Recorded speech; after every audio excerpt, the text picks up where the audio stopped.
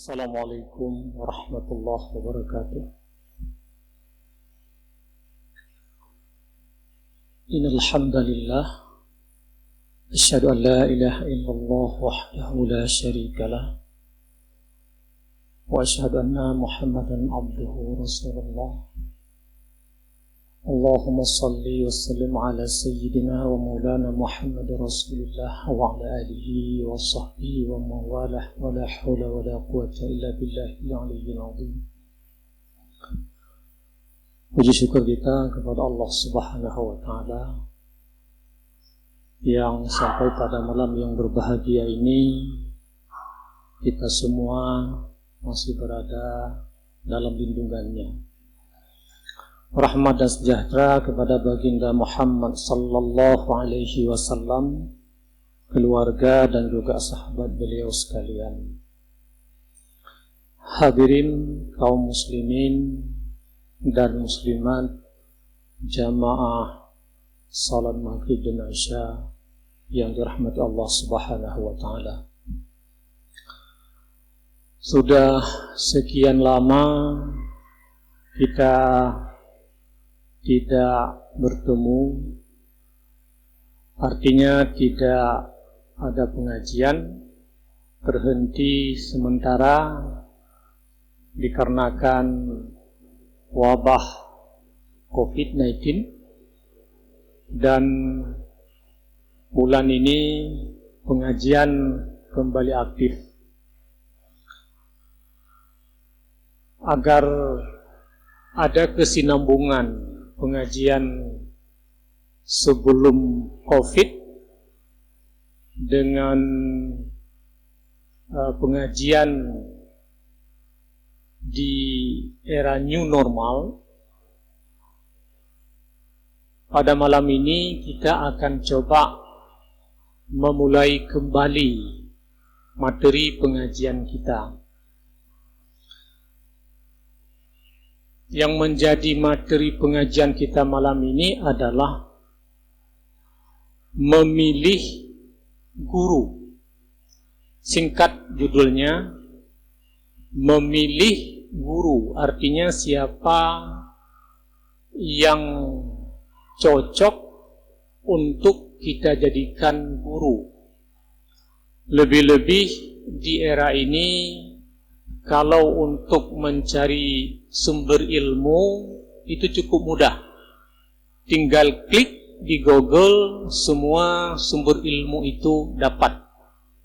Dan kemudian bisa di-download dan disimpan.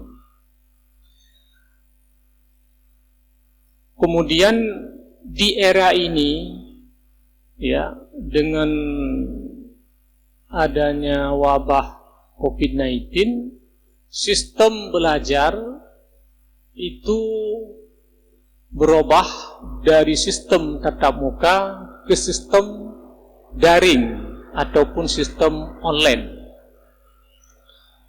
Nah, menyikapi proses belajar dalam dua kondisi ini, kita perlu kembali merenew, artinya memperbaharui kembali. Perlu kita cari guru, terutama untuk anak-anak. Siapa guru yang lebih baik? Ini untuk memasuki era new normal. Hari ini cukup banyak sebenarnya majelis pengajian atau majelis ta'lim. Cukup banyak ustadz-ustadz yang mudah sekali kita temukan, apalagi kita boleh mengikuti pengajian melalui YouTube, ya, secara daring. Tetapi kita ingin kembali melihat proses mendapatkan ilmu itu dengan cara berguru. Apa bedanya mendapatkan ilmu secara online, secara daring, melalui YouTube, dengan mendapat ilmu secara berguru? Apa yang didapat di online itu bukan ilmu. Tetapi berguru untuk ilmu yang didapat itu penting. Nah, jadi malam ini kita akan coba membahas judulnya memilih guru, atau dalam bahasa kitabnya Ikhtiyarul Ustaz, memilih guru. Anjuran memilih guru itu diajarkan oleh Al-Quran yang pertama sekali, yaitu fas'alu ahla zikri in kuntum la ta'lamun. Ini sering kita dengarkan.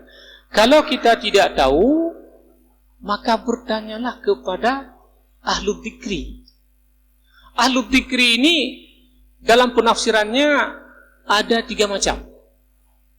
Ada sebagian ulama yang mentafsirkan ahlu dzikri itu adalah ahlu Taurah, khusus kepada ahlu Taurah, karena dikaitkan dengan asbabun nuzul ayat tersebut, yaitu ahlu Taurah. Maka fas'alu ahla dzikri itu adalah ahlu Taurah. Itu pendapat Ibnu Abbas. Pendapat kedua dikemukakan oleh Az-Zajjaj. Beliau berpendapat ahlu dzikri yang dimaksud pada ayat fas'alu ahla dzikri itu adalah ahlul kitab umum, baik itu ahli Taurat, baik itu ahli Injil, baik itu ahli Zabur. Semua yang disebut ahlul kitab itu masuk dalam kategori ahlul dzikri. Ini pendapat yang kedua. Pendapat yang ketiga, yang dimaksud dengan fas'alu ahlul dzikri itu adalah ahlul ilm, artinya ahli ilmu. Ini alasannya sesuai dengan lanjutan daripada ayat itu. Fas'alu ahla dzikri in kuntum la ta'lamun. Kalau kamu tidak mengetahui, tanya. Siapa yang kita tanyakan? Orang yang mengetahui. Berarti ahlu dzikri yang dimaksud pada penafsiran ayat itu adalah ahlul ilm. Dan jumhur ulama mentashihkan pendapat yang ketiga, yaitu yang dimaksud dengan fas'alu ahla dzikri itu adalah ahlul ilmi. Lalu siapa ahlul ilmu itu? Orang yang berilmu. Orang yang berilmu tentu orang yang punya ilmu lebih daripada ilmu kita. Apakah dia lebih tua daripada kita? Apakah dia lebih muda daripada kita? Kalau dia punya ilmu lebih, itu disebut dengan ahlul dzikri. Bertanyalah kepada mereka, bergurulah kepada mereka. Tetapi agama tidak melepaskan begitu saja. Tanya orang berilmu. Orang berilmu itu yang dapat dijadikan guru itu siapa? Nah, apa syaratnya atau apa kriterianya? Ini penting sekali, apalagi untuk anak-anak di era new normal. Penting sekali untuk kita pilih mana guru yang cocok. Karena apapun dan siapapun dia akan terwarisi watak gurunya kepada peserta didik yang dididiknya. Maka perlu dipilih guru itu. Kalau kita melihat kepada apa yang dinukilkan oleh Imam Muslim di Muqaddimah Syarah Muslim itu, beliau menukilkan pendapat Ibnu Sirin. Ibnu Sirin mengatakan apa? Inna hadzal ilm dinon. Ini sering kita dengar di majelis talim, di khutbah-khutbah Jumat. Ilmu itu adalah agama.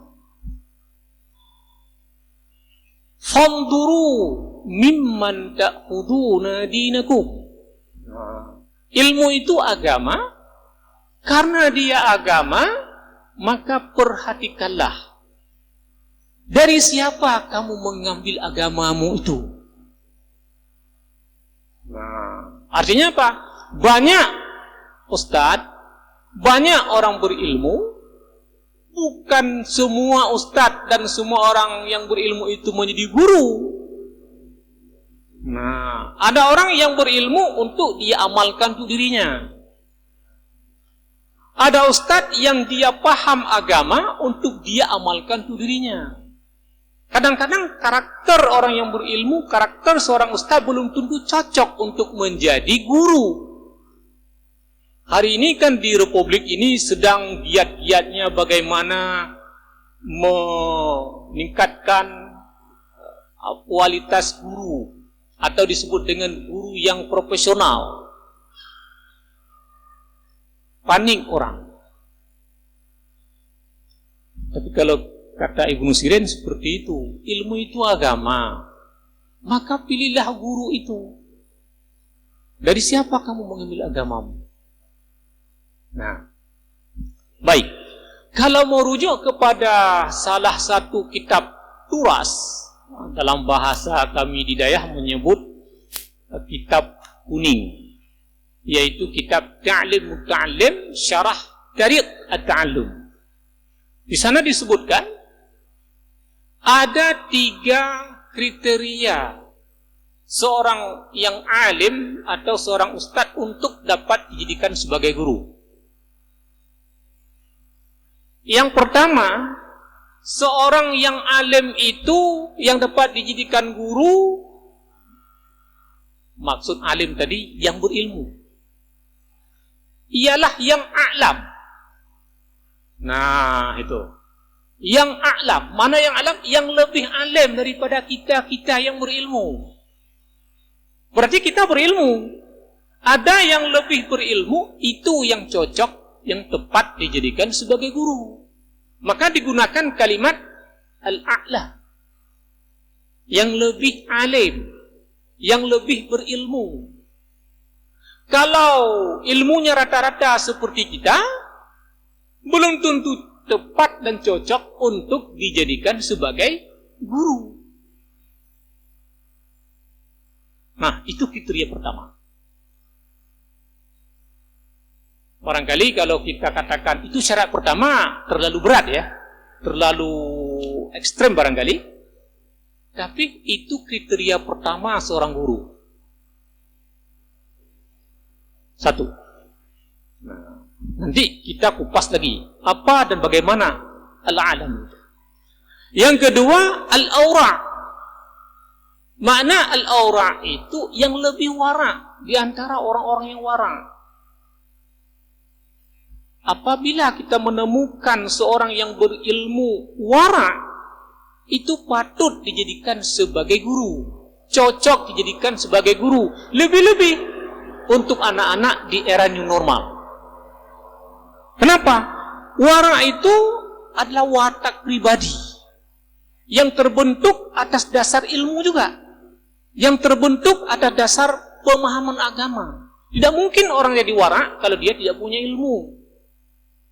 Tidak mungkin orang itu wara' kalau dia tidak beragama.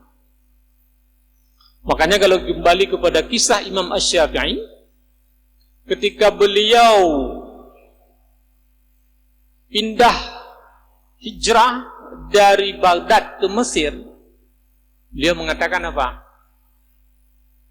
Ma taraktu a'lam wala aura wala azhad min Ahmad ibn Hanbal. Tidak aku tinggalkan orang yang lebih alim, orang yang lebih wara', orang yang lebih zuhud berbanding Ahmad bin Hanbal. Baru beliau berangkat ke Mesir. Artinya apa? Seakan Imam Syafi'i memberi isyarat bahwa jadikanlah Ahmad bin Hanbal itu sebagai guru. Kenapa? Karena beliau lebih alim, karena beliau lebih wara', karena beliau lebih zuhud. Maka dari itu bisa dicontohkan memilih guru yang lebih alim dan yang lebih wara'. Nah, wara' itu sudah include sabar. Wara' itu sudah include bijak. Karena tidak mungkin orang wara' kalau tidak bijak. Nah, kalau secara garis besar, wara' itu adalah terpelihara daripada yang haram. Itu secara umum. Tapi dalam ilmu akhlak, wara itu tidak sekadar terpelihara daripada yang haram, tetapi juga terpelihara daripada syubhat. Makanya ada hadis, potongan hadis itu, mau waqa'a fi syubhat waqa'a fil haram. Barang siapa jatuh ke dalam syubhat akan jatuh ke dalam haram. Orang yang wara tidak akan jatuh ke dalam syubhat, apalagi ke dalam haram. Mai pegah le urun jino. Jino baile yang syubhat. Ya, mu yang haram tak sah. Maknanya seakan-akan hanale urun wara di kalangan kitanya. Tapi meskipun begitu susah menemukan orang yang wara, apalagi yang lebih wara al-aura, tapi kita perlu ikhtiar. Makanya judulnya tadi ikhtiarul ustaz. Memilih ustaz, ikhtiar. Dannya kita ingin mengantarkan anak ke tempat pengajian.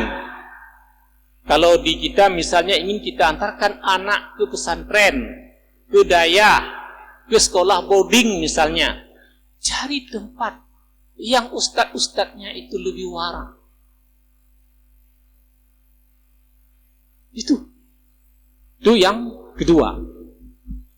Yang ketiga, kriteria untuk dapat dijadikan sebagai seorang ustaz, sebagai seorang guru maksudnya, adalah al-asannu.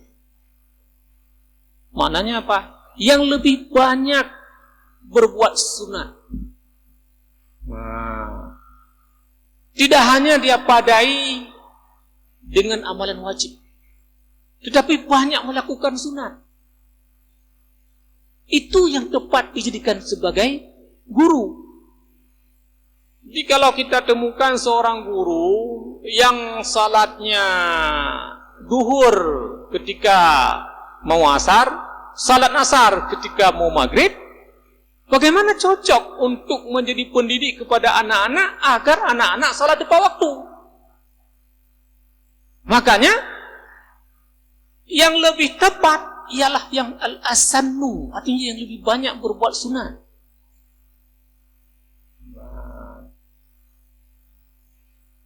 Banyak masalah sunat itu. Nanti boleh kita bahas lagi.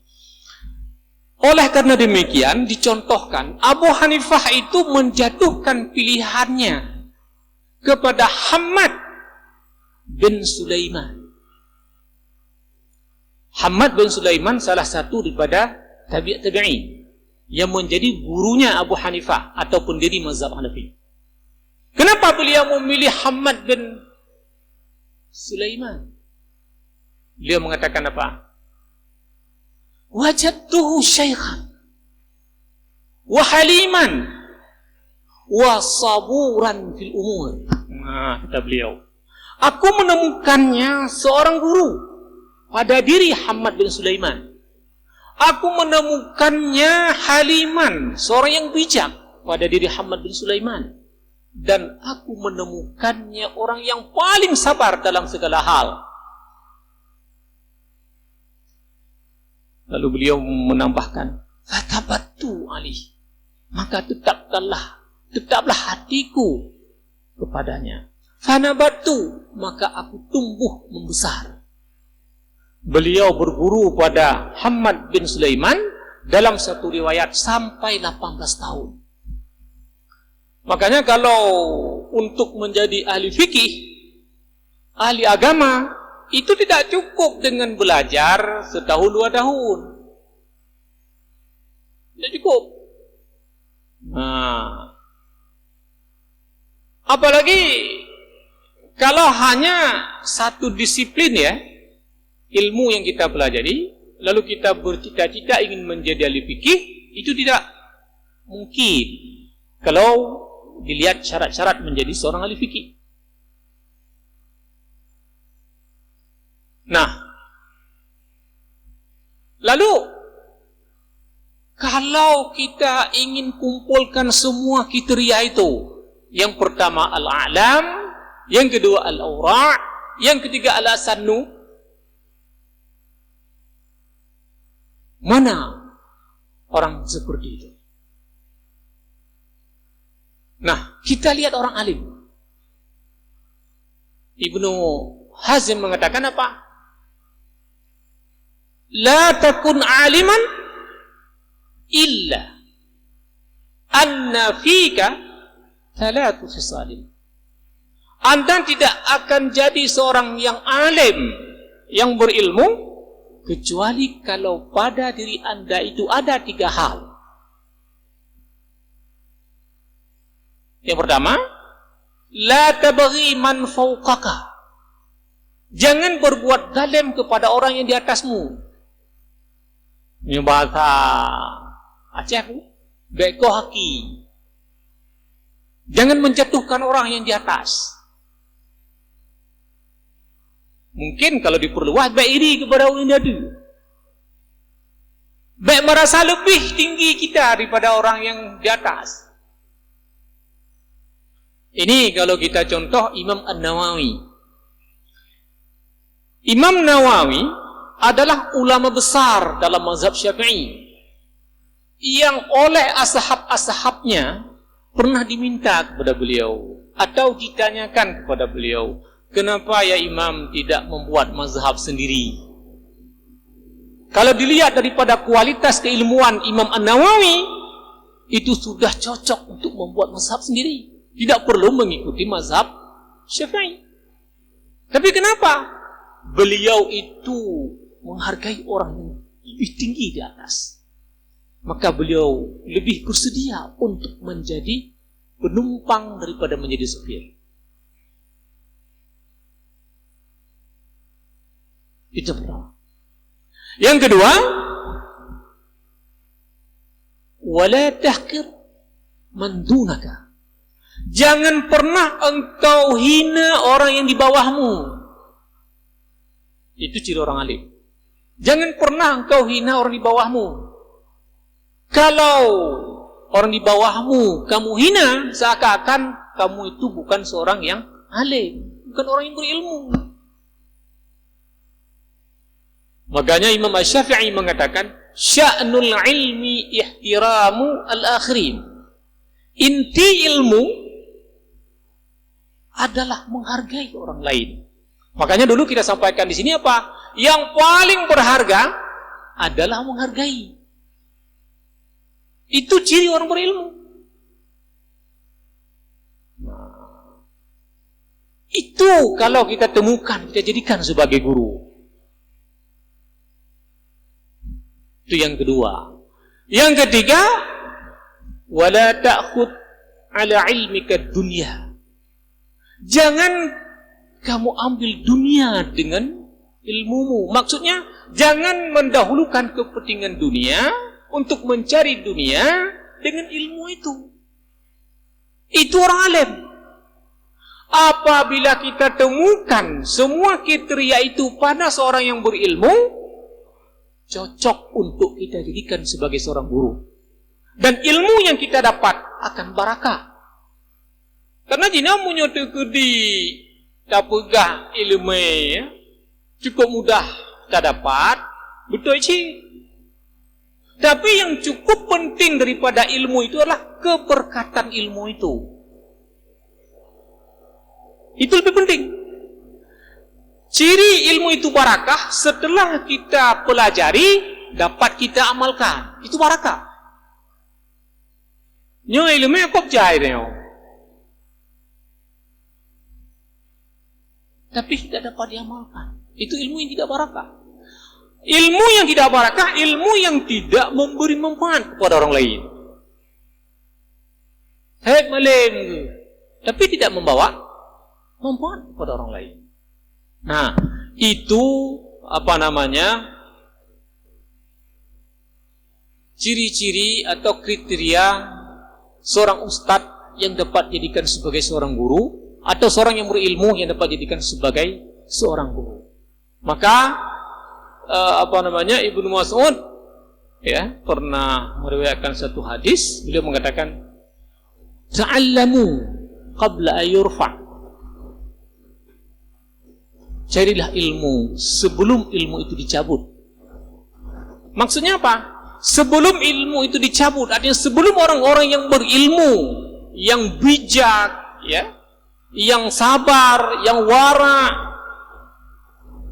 kembali kepada Allah, carilah ilmu itu. Bergurulah kepada Allah. Nah, itu. Baik, ini dulu sebagai pengantar pertemuan pertama kita pada malam yang berbahagia ini setelah sekian lama kita tidak dapat bertemu. Kalau ada pertanyaan atau tanggapan dari jamaah, dipersilakan. Terima kasih.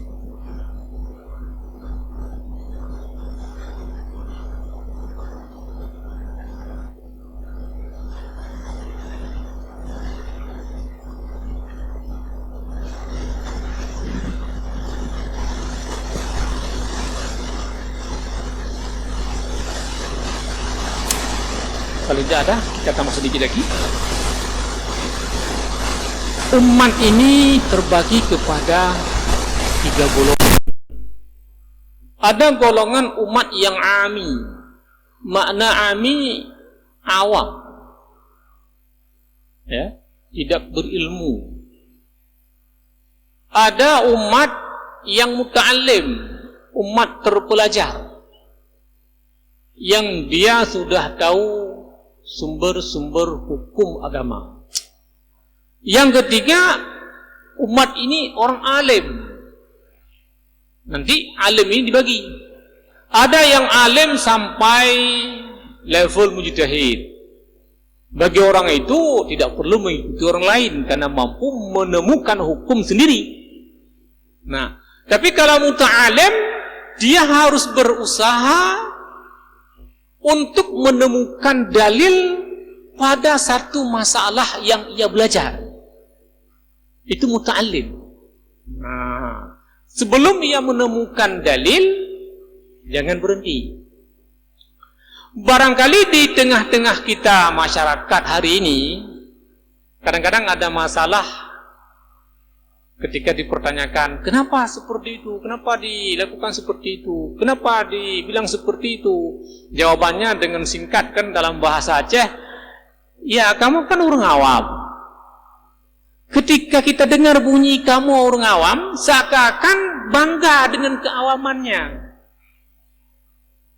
Padahal jangan pernah berhenti mencari ilmu, mencari kebenaran. Jangan bangga dengan keawaman.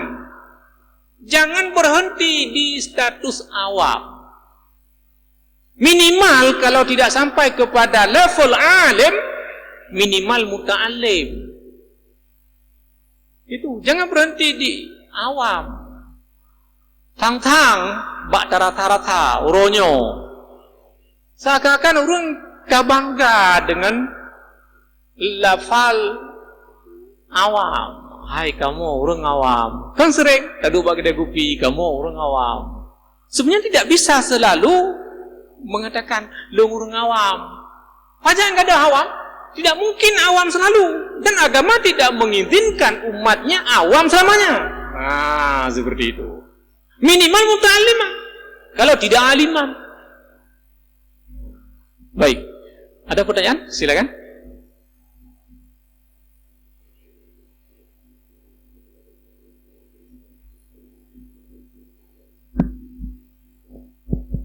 Ustaz.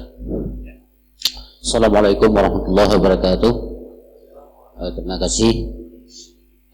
Sebagaimana Ustaz sampaikan tadi bahwa sumber ilmu banyak sekali tadi. Begitu kita klik di Google atau YouTube, banyak sekali ilmu-ilmu yang kita dapat. Tapi kami juga kita mendengar dalam masyarakat, juga terutama dalam masyarakat awam seperti Ustaz yang sampaikan tadi, bahwa kalau ilmu-ilmu yang kita dapatkan dari Google itu dianggap memang alahku ilmunya dari Google atau dari YouTube. Urang buat dari YouTube dianggap seolah-olah tidak berkompeten lah, tidak diakui selaku ilmu. Kemudian satu lagi, Ustaz, bagaimana dengan juga berkembang dalam masyarakat yang kita pelajari ilmu membaca bukan dari kitab-kitab kuning seperti orang-orang di pesantren, tapi di buku-buku, kitab-kitab yang memang sudah diterjemah oleh sebagian di dalam masyarakat, juga dianggap sepertinya alah urang enggak buat buku. Kira-kira demikian. Terima kasih. Bagus sekali pertanyaannya. Terima kasih. Benar, hari ini seperti kita sampaikan di awal tadi, cukup mudah kita mendapatkan ilmu. Ya. Itu ilmu yang kita dengar di YouTube, yang kita search di Google, itu ilmu. Namun dituntut ilmu-ilmu yang kita dapat itu mentasihkan kepada orang yang berilmu. Itu namanya berguru. Nah, itu berguru. Jadi kita ambil ilmu tadi, kita tanyakan kepada ahlu dzikri. Fas'alu ahla dzikri. Atau minimal untuk meyakinkan kita yang sudah kita dapat, itu boleh. Itu sudah disebut berguru. Oh tidak, misalnya tatap muka seperti ini, misalnya seperti di ruang kuliah, ataupun di balai pengajian misalnya. Dengan kemajuan teknologi hari ini, kita kan bisa mengangkat telepon si fulan. Tunggu, nyo luntuan lalu baca pelan-pelan atau lalu dengar pelan-pelan. Kiban. Oh ya, nyan kau betul. Nyan ka jiut. Nyo dalil ji. Nyan ka berguru sih. Sudah bisa diamalkan. Nah, kemudian ada satu lagi masalah di dalam masyarakat. Jadi jangan sampai kita diklaim sebagai alumni Google ya. Jangan sampai seperti itu. Dan juga ada orang yang berkembang yang menyampaikan lalu berkembang di masyarakat bahwa maling buku ya. Nah, kalau ilmunya sama, bahasanya beda, tidak ada masalah. Tapi kita harus berguru kan? Itu ilmu. Ya, kita harus berguru. Sahihkan, yakinkan dengan orang yang lebih berilmu. Karena anjuran tadi, fas'alu ahla dzikri in kuntum la ta'lamun. Dia lepas. Nah, dalam kasus itu ada anekdot ya. Orang yang berguru, orang yang membaca buku dengan orang yang membaca kitab Arab. Karena kalau yang baca buku dianggap tidak boleh jadi ilmu. Ada anekdot begini. Ada orang Aceh, maaf ya, dengan orang Padang pulang dari laut, karena sama-sama melaut, dapat ikan 3. Kata orang Padang, kita bagi 2, bagi sama, bagi rata. Ya. Kata orang Padang, ambo cie, waang cie, yang cie lagi dipotong 2. Alihnya lagi bahasanya, bahasa Acehnya, keluh apa? Iron apa? Yang apa tu? Koh 2. Kan kata marata, diur Aceh, lanjut, kalau kan, bicot Aceh bagi. Kah sabo, lu sabo, yang sabo itu ada kau 2, mampai beda, nyaman sih, tak berjalan kita kuneng, umpamanya wa faraidul wudu sittatun, fardu wudu itu 6, tak berjalan bahasa Indonesia, fardu wudu ada 6, apa beda? Kata masjid, jadi beda bahasa tidak perlu menjadi masalah. Yang perlu sekarang adalah mencari guru untuk mensahihkan itu, mencari orang untuk fas'alu dzikri itu. Selesai. Demikian. Baik, ada yang lain? Silakan.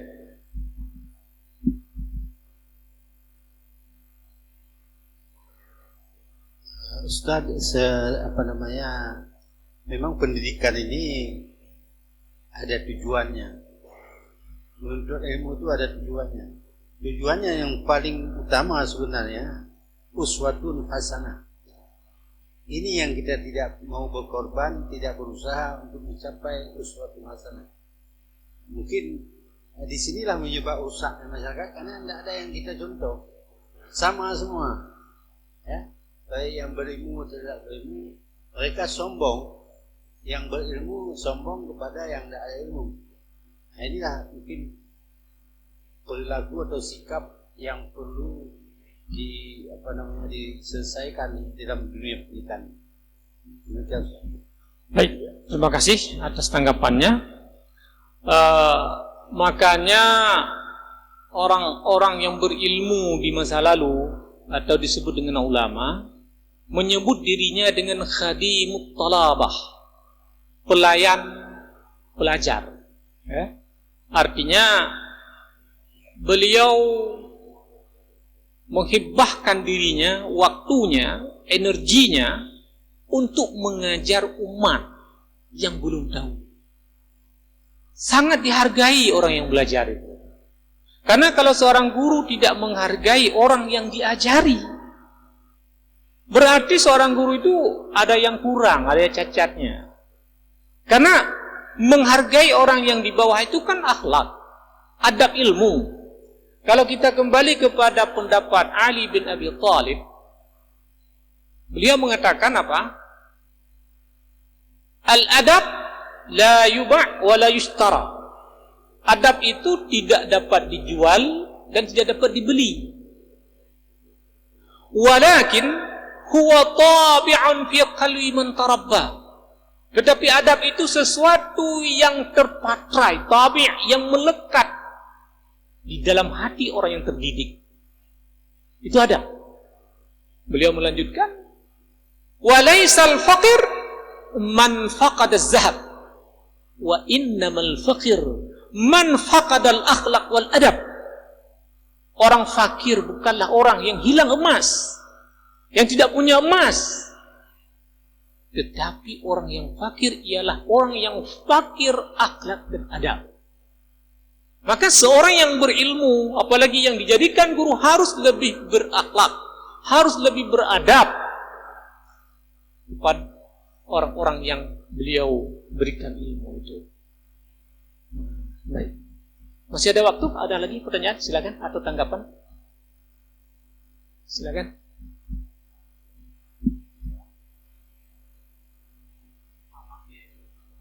Masih ada 8 menit lagi. Silakan.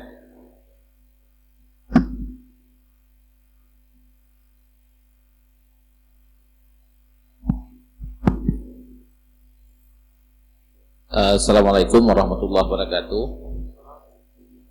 Cukup menarik topik pada malam yang berbahagia ini yang kita bicarakan. Saya melihat bahwa peran guru itu sangat penting dalam membentuk karakter seseorang. Karena kadang-kadang kita menuntut ilmu itu memilih guru mana guru yang memberikan. Ada kadang-kadang muridnya bisa tegas karena gurunya tegas. Ada muridnya bisa lemah lembut karena gurunya lemah lembut.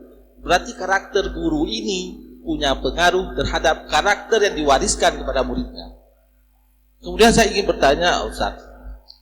Sekarang, mohon maaf, banyak dari orang Muslim, terutama dia menuntut ilmu ke Amerika. Gurunya adalah ahli tafsir, ahli hadis, tetapi dia bukan orang Islam. Ya, dia sebagai guru hanya mentransformasikan pengetahuan tentang Al-Quran, tentang hadis, tapi dia tidak mengamalkan terhadap kandungan yang dia pelajari. Ini mohon pencerahan dari Ustaz. Kalau hal seperti ini, apakah kita boleh menuntut pada orang tersebut? Atau hanya sekedar mengambil ilmu, tapi tentu karakter dari guru itu juga akan mewariskan kepada kita, sehingga akan menimbulkan perilaku-perilaku sesuai yang ditunjukkan oleh guru kita. Terima kasih. Baik, terima kasih. Pertanyaan yang sangat bagus. Masih sangat berkaitan dengan memilih guru itu. Kalau kita berguru kepada orientalis, seperti kebanyakan saudara-saudara kita yang kuliah di luar negeri, di negara-negara yang non-muslim. Banyak di sana orang-orang non-muslim atau orientalis yang lebih memahami kadang-kadang kitab-kitab kuning itu berbanding kita. Ada teman yang bercerita, di Kanada itu ada jurusan Islamic Studies yang khusus menggali Islam, mempelajari Islam. Ada gadis-gadis itu yang sedang ambil doktor, itu mereka dalam tasnya itu kitab Al-Imam Syafi'i.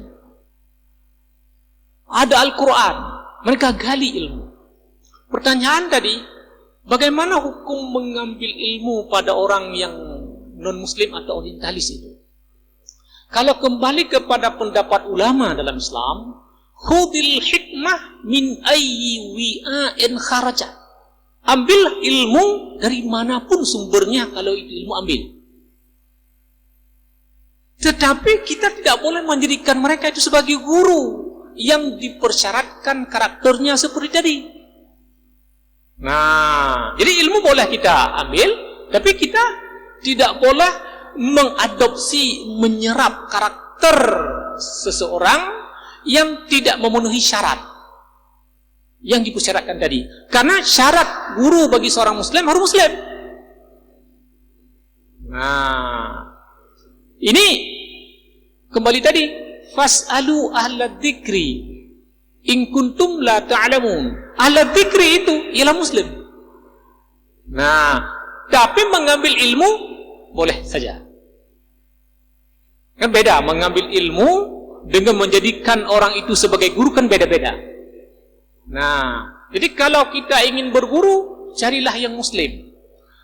Kembali ke nomor 1 tadi, hukum mengambil ilmu pada non-muslim, ulama mengatakan boleh, karena tadi kita bacakan pendapat ulama, tapi sebagai ulama mensyaratkan, boleh kalau tidak ada orang muslim yang lebih paham tentang ilmu itu. Tapi alhamdulillah, kalau untuk sementara waktu ya, masih cukup banyak alul hadis, masih cukup banyak alul tafsir. Di Al-Azhar itu tidak pernah terputus alul hadis dan alul tafsir itu. Nah, barangkali kita tidak dapat memprediksi lebih jauh. Kalau kita dengar-dengar, ini bukan kita yang memprediksikan, sampai kiamat seperti itu. Tidak pernah terputus lahirnya alul hadis, tidak pernah terputus lahirnya alul tafsir. Tapi kalau dilogikan dengan logika ilmiah benar, karena kalau ahli hadis terputus sanad. Karena sanad hadis kan tidak boleh terputus. Dia tidak pernah terputus, terwarisi selalu. Nah, jadi kalau untuk berguru, dia harus seorang muslim, seorang mukmin yang a'lam, yang aura, yang asan. Karena karakter murid akan sangat ditentukan oleh gurunya. Nah, penting sekali. Apakah hari ini di Republik ini, terutama di kita di Aceh, kadang-kadang kita menemukan generasi hari ini seakan-akan tidak berkarakter. Apakah karena gurunya tidak berkarakter? Boleh jadi. Nah, boleh jadi. Kadang-kadang yang jadi guru, kadang-kadang.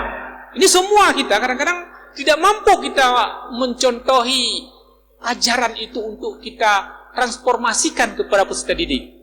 Dalam Al-Quran itu, guru itu harus harisun alaikum.